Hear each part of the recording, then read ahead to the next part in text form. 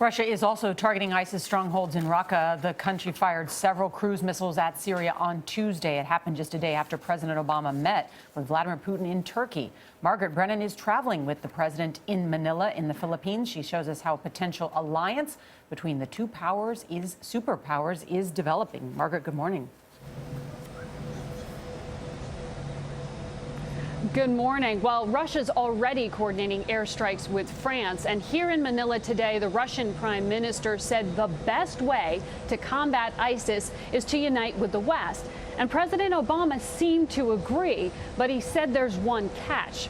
First, Russia has to help end the Syrian war.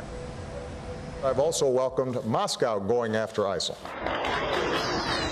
Just days after Russia launched its first significant strikes against ISIS, President Obama extended an offer. If we get a better understanding with Russia about the process for bringing an end to the Syrian civil war, that obviously opens up more opportunities for coordination with respect to ISIL.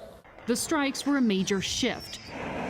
Russia spent weeks bombing Syrian rebels, some U.S.-backed, who are fighting to unseat President Bashar al-Assad. It may be that now, having seen ISIL take down one of their airliners in a horrific accident, that reorientation continues. Now President Obama is relying on Vladimir Putin to help broker a ceasefire in Syria, which would eliminate an ISIS safe haven. Everybody wants to hit ISIS, and I think that can be done.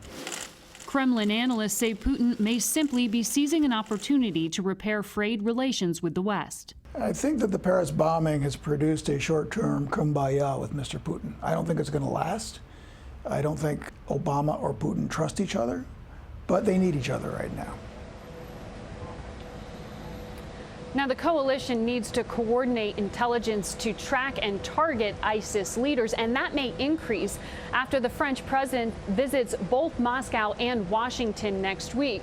But Charlie, there is already some tension because today the Russian top diplomat said he compared President Obama's reluctance to send ground troops to a cat who wants to eat a fish but refuses to get its feet wet. Thank you so much, Margaret Brennan in Manila.